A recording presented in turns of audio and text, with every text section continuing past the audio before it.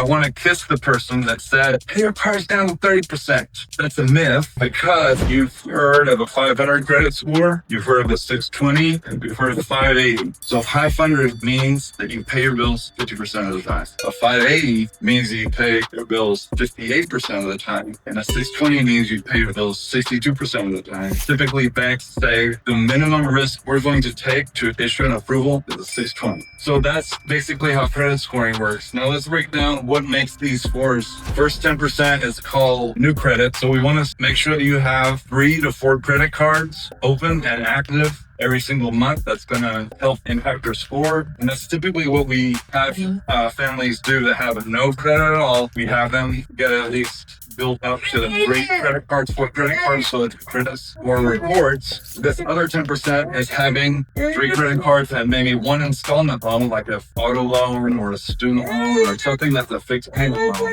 Then 30% is how you use those credit cards. So I want to kiss the person that said, pay your cars down to 30%. That's a myth because that's making you a lot of money, supposedly. The 30% does improve your score, but if you want to improve your score the fastest and the quickest way possible, you pay them down below 10%. Ideally, it's 6 to 9% of the credit there. 35% is your payment history. Your payment history is where those collections are, the charge-offs, on-time payments, but also the negative payments. So that's why we want to erase as much negative items as possible and get late payments converted over to on-time payments. And then 15% is how long have you had credit on your report. That's why having 3 to 4 credit cards for at least 6 months, perfect payment history is typically going to give you between a 680 and a 720 credit score, which is awesome for the lenders to approve you immediately.